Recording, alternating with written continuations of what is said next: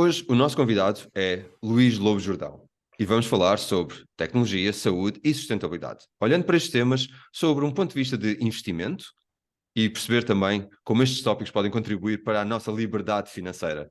Não saiam daí. E vamos também deixar-vos com uma dica sobre onde investir. Fiquem até ao fim.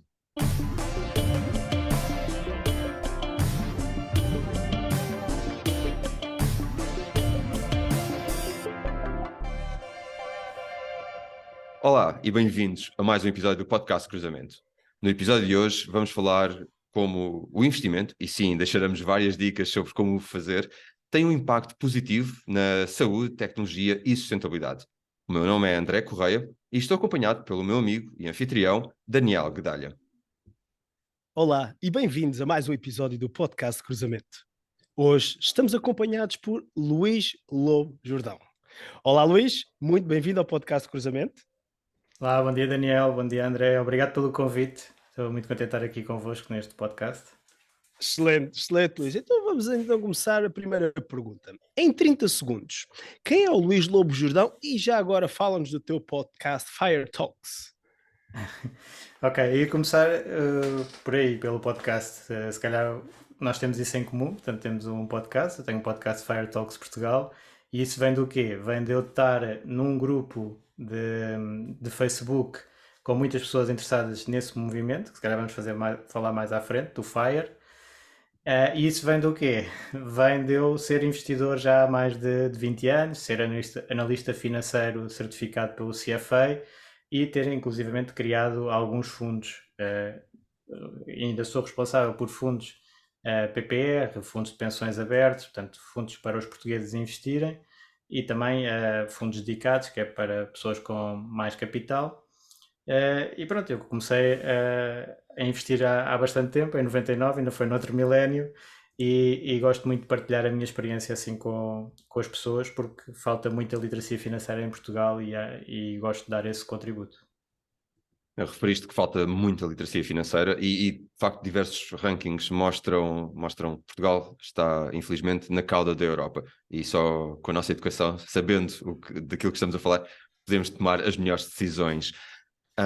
Como olhas para a literacia financeira no nosso país, Luís? E como é que está a afetar a forma como investimos?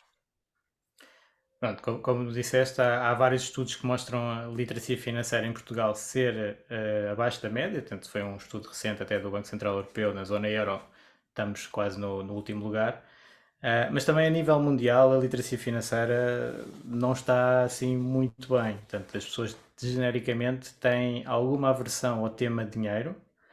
É algo que é desconfortável de falar, as pessoas não partilham muito sobre isso, e a literacia financeira acaba por também, não estando nos currículos das escolas, não aprendemos nem sequer na universidade, começamos a trabalhar e deparamos com uma série de noções financeiras para as quais não estamos minimamente preparados. Portanto, isso acontece em quase todo o lado. Há países mais fortes em termos de literacia financeira que outros, mas é uma situação recorrente a nível mundial e que é muito importante ajudar a resolver para, lá está, melhorar o nosso nível de vida, porque é uma das áreas core da nossa vida, ter os meios financeiros para viver uma vida plena, tal como a saúde, que é aqui do tópico do podcast, e ajuda muito essa parte da componente financeira, inclusivamente ter a liberdade financeira para a saúde. E já vamos aí falar também um pouquinho do FIRE. Como é que isso se reflete nos investimentos dos portugueses? Ou simplesmente os portugueses não investem, ou têm muitos depósitos? Fala-nos um Sim. pouco mais sobre isso. Exatamente, cá em Portugal estamos numa situação que as pessoas nem chegam a entrar no campo dos investimentos e, portanto, ficam-se e é normal, atenção, eu também até aconselho, quando a pessoa não tem conhecimento, não deve investir, não é? Se não percebe o que é que está a fazer, não o deve fazer. E, portanto, os portugueses não sabem o que é que estão a fazer, muitas vezes, não tiveram essa formação, não tiveram, também há que ter alguma procura por informação, mas muitas pessoas não tiveram isso e, portanto, não investem. E não investindo, retira-se muitos graus de liberdade, porque o juro composto é a oitava maravilha do mundo, de acordo com Einstein, e nós, ao tomar partido desse crescimento do nosso dinheiro, conseguimos no futuro ter uma vida bastante superior, portanto, com os rendimentos. Agora, se a pessoa não tem sequer conhecimento, fica-se pelos depósitos a prazo. Até agora houve esta questão com os certificados da Forro, que algumas pessoas tinham acabado de descobrir os certificados da Forro, claro, nem sabiam dos certificados da Forro, que é um produto já muito antigo em Portugal, e agora alteraram-se as regras. Pronto, o que quer dizer é que muitas pessoas ainda estavam num nível que ainda nem partiram para os outros investimentos, para se calhar os PPRs, que não conhecem também, investimentos em ETFs e tudo mais no mercado. E isso tem um impacto forte no nosso bem-estar financeiro como país. E já Excelente. agora, Diz, já agora André, também só referir que algo que também é pouco conhecido dos portugueses e que vamos deixar os links nas notas dos nossos episódios, são material para alunos de primeiro ciclo. Existem, de facto, material educacional para alunos de primeiro ciclo. Deixaremos esses links, porque é pequenino que se torce o pepino. Já agora, entretanto, já existe para todos os ciclos. Portanto, Ok. há 4 cadernos de literacia financeira. Aqui a questão dos cadernos é que normalmente não são lecionados. Ou seja, eles existem, mas a maior parte dos professores também não tem muita formação na área, também não quer entrar por esses tópicos, prefere outros tópicos na disciplina de cidadania. E, portanto, acaba por existir esse material sem que seja muito usado.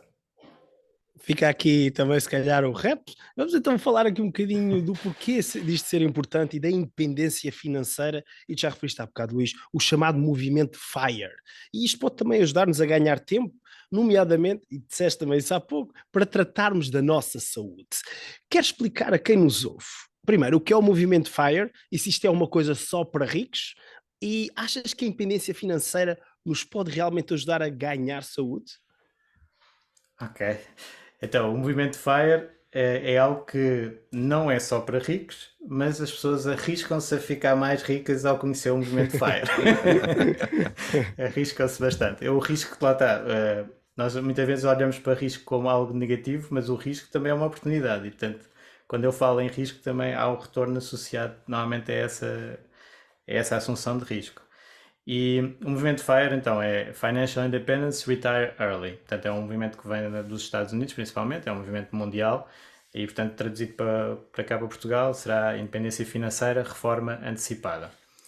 E é um objetivo ambicioso, ou seja, nós conseguirmos não nos reformar à idade legal da reforma dos países, que normalmente é 65 anos e mais, nós já vamos nos 66 e 4 meses, e vai ajustando com a esperança de vida, e é bom até essa componente, mas as pessoas muitas vezes querem ter alguma liberdade financeira mais cedo. E então há casos de pessoas que conseguem atingir a independência financeira até aos 30 anos. Portanto, são casos extremos, implicam, nesse caso, rendimentos altos e taxas de poupança muito altas, mas qualquer pessoa, especialmente se começar cedo, consegue ir retirar alguns anos à idade da reforma. Se calhar não esses 35 anos, mas 5 anos que seja, 10 anos que seja. É um tema que eu considero muito importante porque nos treina em várias vertentes da área financeira. Isto não é só investimentos, aliás, os investimentos é uma parte que normalmente assusta mais as pessoas, mas neste caso até se calhar é menos importante ou mais fácil de resolver. O mais difícil é conseguir gerar mais rendimento e gerir melhor as nossas despesas para conseguir poupar. A taxa de poupança é o grande vetor aqui para a independência financeira, e depois esse poupar não pode ser ficar no banco a render zero, ok, temos que investir, e depois há toda essa componente de investimento. E falámos aqui um pouco de literacia financeira, falámos também como as famílias e cada um de nós pode poupar e investir.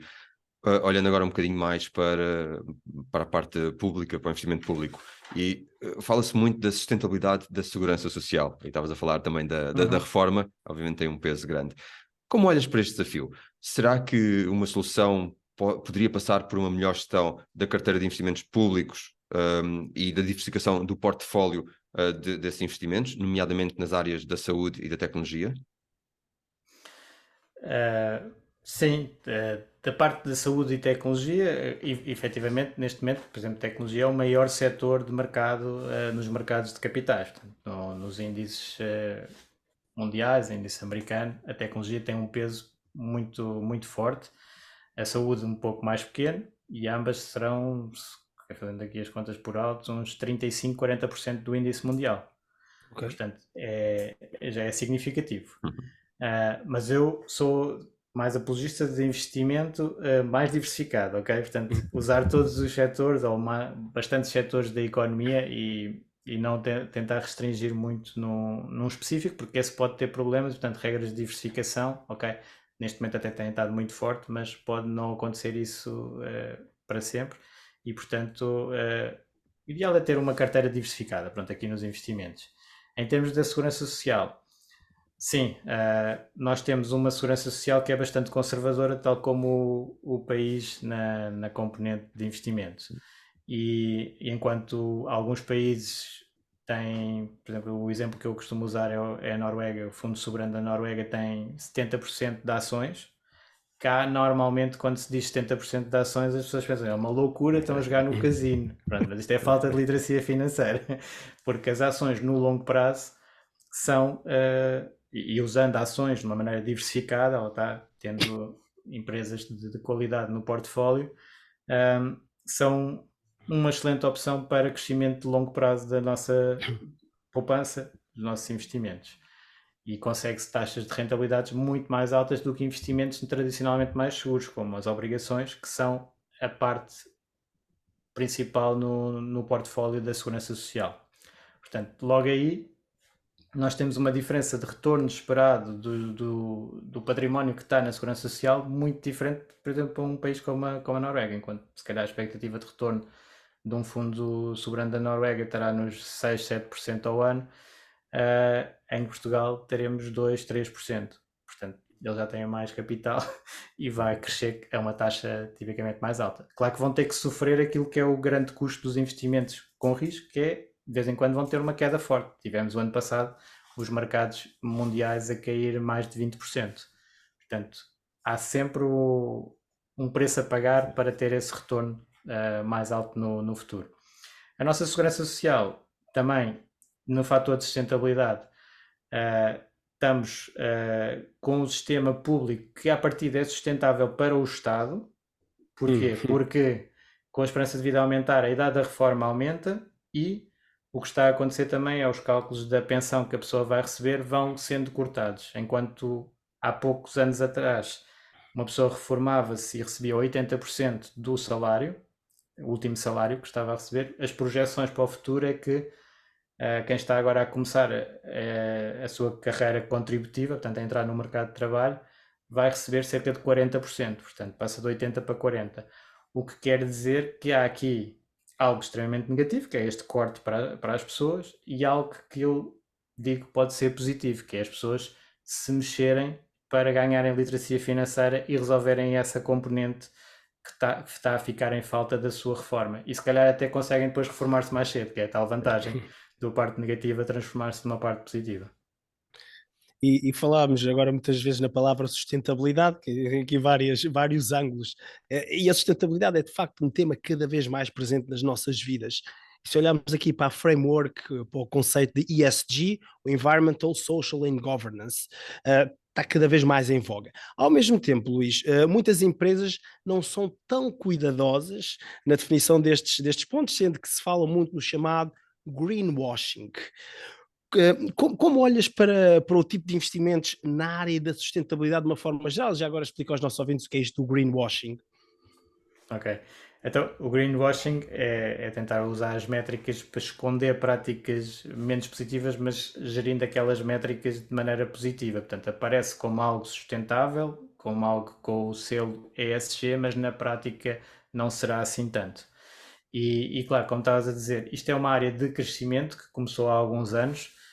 Eu, por acaso, também tirei a certificação do ESG do CFA, portanto, é uma área que me interessa. Não sou assim um grande especialista, mas tenho alguns conhecimentos. E começou por ser exclusão de setores, portanto, muitas vezes os portfólios dos investidores excluíam certas áreas que eram consideradas mais prejudiciais de algum para o ambiente ou a parte social, por exemplo, excluir energia, excluir tabaco, excluir jogo, era um bocadinho assim. e passou para esses ESG, esses fatores de ESG, a ser algo que até é premiado. Portanto, eu vou escolher empresas que mostram ter bons rankings nessas áreas. Claro que está a começar e, portanto, não há uma standardização da indústria e é muito self-reported. As empresas é que dão os dados e, portanto, claro que são as empresas que dão os dados, existe uma dificuldade em avaliar devidamente. Mas mesmo assim, eu sou positivo neste caminho, ou seja, mesmo com todas as falhas que possam existir nesses indicadores, e normalmente uma que é muito dita é no indicador daquela empresa do ESG ela é muito forte e noutra fornecedora é muito fraca. Isso não é coerente. Pronto, há critérios diferentes, ainda não há um standard, e isso pode acontecer, mas só o facto de haver este foco e alguns filtros ajudam, portanto, as empresas a preocupar-se com esta área. E claro, também nenhuma empresa vai querer ser apanhada num greenwashing, não é? Depois isso ainda é mais prejudicial. Portanto, até porque mesmo olhando, às vezes as pessoas tentam fazer estas manipulações de números, mas olhando para o conceito em si, ele é excelente para as empresas. Porquê? Porque elas estão a reduzir os riscos sociais, os riscos ambientais e os riscos de corporate governance. E se reduzirem os riscos, então o seu valor como empresa é superior para os investidores. Portanto, é algo que é positivo para as empresas que entrem nesse projeto. E já agora para os investidores também. Tem sido estudado também, desculpa. Desta pausa e depois te lembrando, para os investidores também tem sido positivo. Tirando o ano passado, também foi mais normal neste aspecto.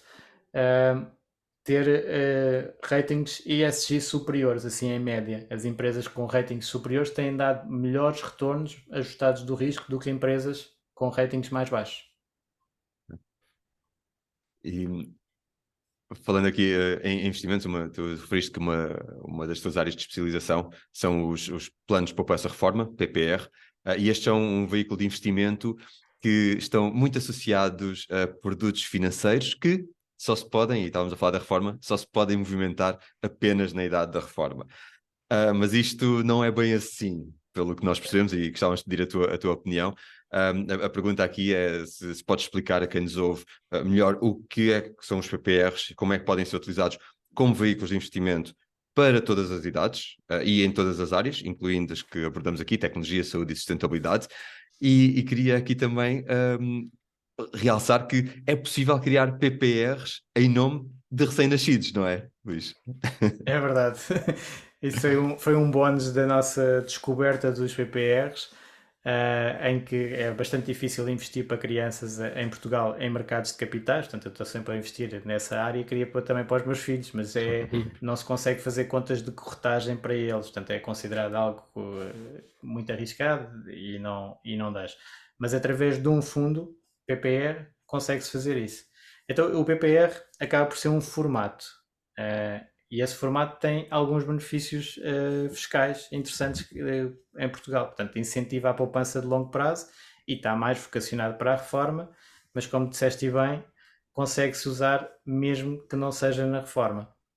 Então, o principal benefício que as pessoas normalmente identificam nos PPRs é o benefício à entrada, que é aplicar um certo montante num fundo ou num PPR sob forma de seguro, que são os mais habituais, mas não crescem tanto no longo prazo porque não assumem tanto risco de mercado. Portanto, focando aqui nos fundos, consegue-se aplicar o capital num fundo e logo nesse ano, no IRS que é entregue no ano seguinte, vamos ganhar 20% do que entregamos. Portanto, o Estado dá-nos essa dedução à coleta. Esse é o benefício mais conhecido dos PPRs.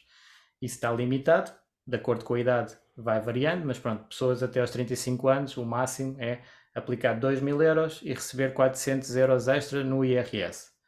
E lá está, em termos de literacia financeira, as pessoas muitas vezes nem sabem que têm estes 400 euros de bónus só por fazer o investimento. E portanto estão logo a ganhar bastante. Mas depois, tendo esse benefício fiscal, existem restrições ao levantamento.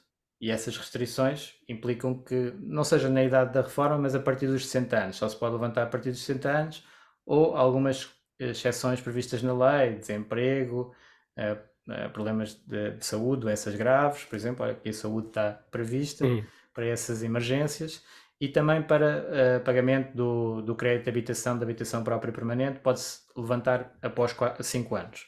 Pronto, isso é quando se tem o benefício fiscal à entrada, mas depois também existe outro que é o benefício fiscal à saída. Quando eu levanto os montantes que estão investidos, eu sou muito menos tributado do que noutros fundos e outros investimentos em Portugal. Em vez dos 28% tradicionais, eu posso ser tributado em apenas 8 ou 8,6. Pronto, depende um bocadinho das situações.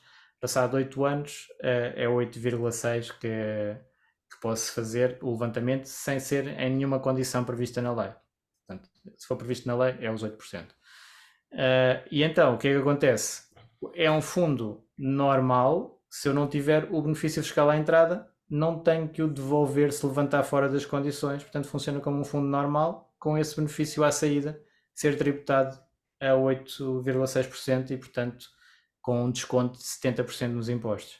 Portanto, é sempre um produto ideal para o longo prazo e é para isso que nós montamos. Portanto, os fundos devem ser investidos no mínimo 5 anos e idealmente 10 e mais, mas não é preciso ficar até à reforma. E por isso é que as crianças, pronto, voltando aqui aos bebés, pode-se fazer um PPR para um bebê, tem muito tempo pela frente até necessitar do capital, se for previsto para ele para os estudos, por exemplo, ou aos 20 anos, tem 20 anos de horizonte temporal para investir, pode assumir o risco das flutuações de mercado. Lá está, os mercados caem, o ano passado caiu os tais mais de 20, este ano já está a subir mais de 10, portanto, no longo prazo tende a subir e, portanto, recupera das quedas nesse período de tempo e, quando chegar aos 20 anos, vamos imaginar, consegue levantar os rendimentos com uma tributação muito inferior.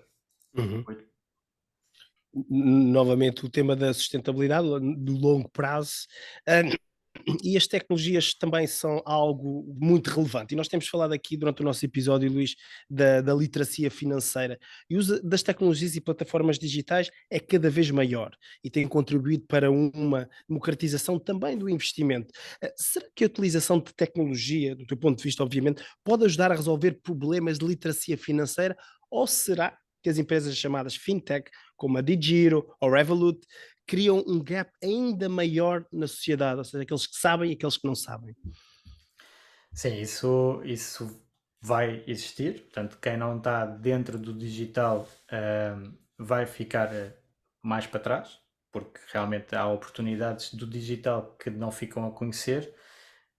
Mas é exatamente esta digitalização que chega a muito mais pessoas. Portanto, eu tenho a certeza que a tecnologia ajuda na literacia financeira, porque o nosso projeto é todo muito virado aí, não é? Tem um podcast, é a parte tecnológica, chegamos a muito mais pessoas. Antes ninguém não se chegava, estamos a ver uma explosão de conteúdo financeiro, tipicamente bom, na internet. Também há conteúdo negativo, portanto tem que saber filtrar, mas só esta exposição a conhecimento que está a existir e faz crescer a literacia financeira, portanto, e depois as ferramentas para se conseguir investir com custos muito mais baixos, não é? Que foi isso que foi permitir. Há uns anos atrás, um investidor de retalho, tanto um investidor particular, estava um pouco excluído desse investimento porque havia custos muito altos de transação, portanto, tinha que ter um valor muito alto para investir para conseguir compensar esses custos. Agora, existem muitas ferramentas com custos muito baixos que foi permitido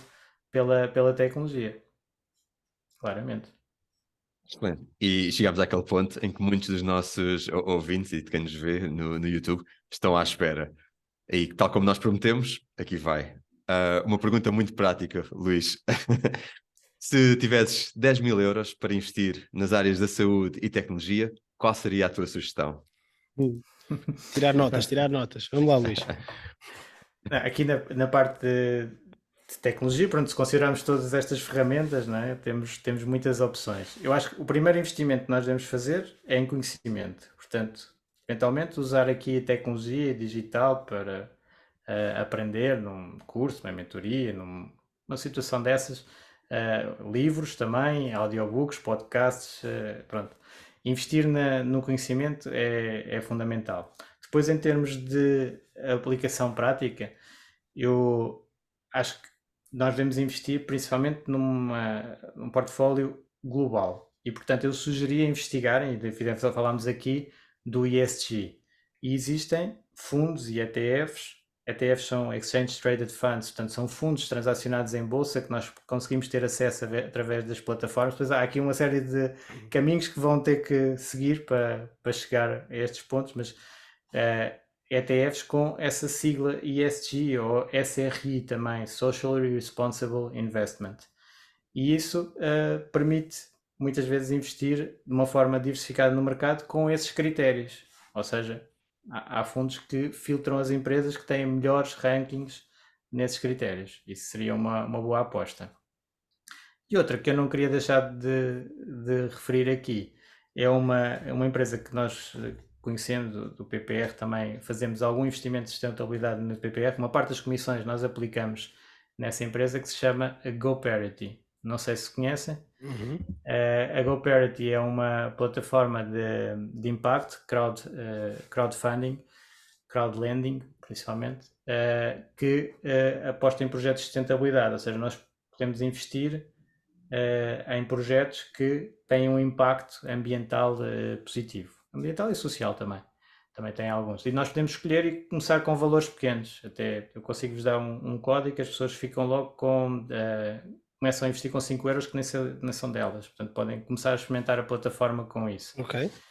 E depois, pronto, vêm lá os vários projetos que existem, então financiá-los, recebem os juros e contribuem no fundo para o ambiente. É algo que é um projeto que eu gosto e que até sugiro depois, se calhar, ver aqui ao podcast falar convosco. Tem tudo a ver. Portanto, essa é uma ideia prática de investimento, de impacto. Obrigado, Luís. E em relação ao GoParity, aliás, você falaste em ETFs, GoParity, todos estes temas, eu aconselho muito a ouvirem o teu podcast, porque tu explicas de facto estes conceitos de uma forma descomplicada e que qualquer pessoa pode entender e aprender claramente. Aliás, muitos também sobre PPRs, que eu também aconselho, porque essa questão do benefício fiscal, como fazer, como não fazer, acho que está tudo muito bem explicado no teu podcast. E a entrevista que fizeste com a GoParity, julgo que foi o CEO. Sim, muito interessante também. Foi o CFO. Foi o CFO. Muito, muito interessante também. Fica aqui a recomendação. Excelente, e vamos também aqui meter muitas notas depois no episódio. Estamos agora a caminhar para o fim e nesta terceira série, Luís, do podcast, nós falamos então da tecnologia da saúde e sustentabilidade. Vamos aqui olhar para o cruzamento dos 3 elementos. O que é que tu achas que estamos a fazer hoje que vai ter impacto positivo, cruzando estes 3 elementos, daqui a 10 anos? Então, há assim uma área... esta área de digitalização vai ter impacto certamente, já está a ter e vai continuar a crescer. Aquela área de substituição dos veículos de gasolina e gasóleo por elétricos também está cada vez a crescer mais e isso é fundamental. Uma área mais específica da saúde que eu até gosto e que tenho estado a fazer e que se calhar acho que há um movimento também que muitas pessoas estão a fazer, é a monitorização dos dados, ter os relógios com os dados biométricos e contar as calorias, contar o exercício que a pessoa faz, tudo isso estar muito digital, não é? E conseguirmos monitorar é algo que eu acho que também vai ter muito bons resultados no futuro, já se está também a ver e cada vez mais pessoas têm este tipo de aparelhos. E ajuda muito na prevenção e também nos casos mais agudos. Isso é algo que também faço aqui o paralelo com os investimentos e com a área de literacia financeira, que é normalmente um dos conselhos que se dá é medir as coisas. Portanto, what gets measured gets managed, e tanto do Peter Drucker, e tanto nos investimentos como aqui na saúde, algo que nos beneficia bastante. Luís, muito obrigado. Queremos agradecer o teu tempo e disponibilidade. Foi uma excelente conversa com uma série de ideias muito práticas. Hoje tivemos como convidado Luís Lobo Jordão. Partilhou connosco vários conceitos muito importantes, como o que é isto de atingir a liberdade financeira, um movimento FIRE, e atenção, não é só para ricos, é acessível a todos. Investimentos em instrumentos ligados à sustentabilidade, também à saúde e à tecnologia, e também deixou-nos aqui com uma sugestão de como investir 10 mil euros. Caso os nossos ouvintes queiram saber mais sobre ti, Luís, e além do excelente podcast Fire Talks, que recomendamos, onde é que podem encontrar online? Online, sim, no Fire Talks há um grupo de Facebook, Fire Talks Portugal, há o podcast Fire Talks Portugal. Depois também tenho o Instagram ljordão8, ljordal, sem acento, 8. Pronto, e no LinkedIn também. Obrigado, Luís, pela tua disponibilidade, e quanto a nós, podem também encontrar-nos no nosso website e redes sociais como LinkedIn, YouTube ou Twitter, e agora também no Instagram. Convidamos a subscrever a nossa newsletter. Despeço-me, mais uma vez obrigado, Luís, e até à próxima conversa. Obrigado a ambos.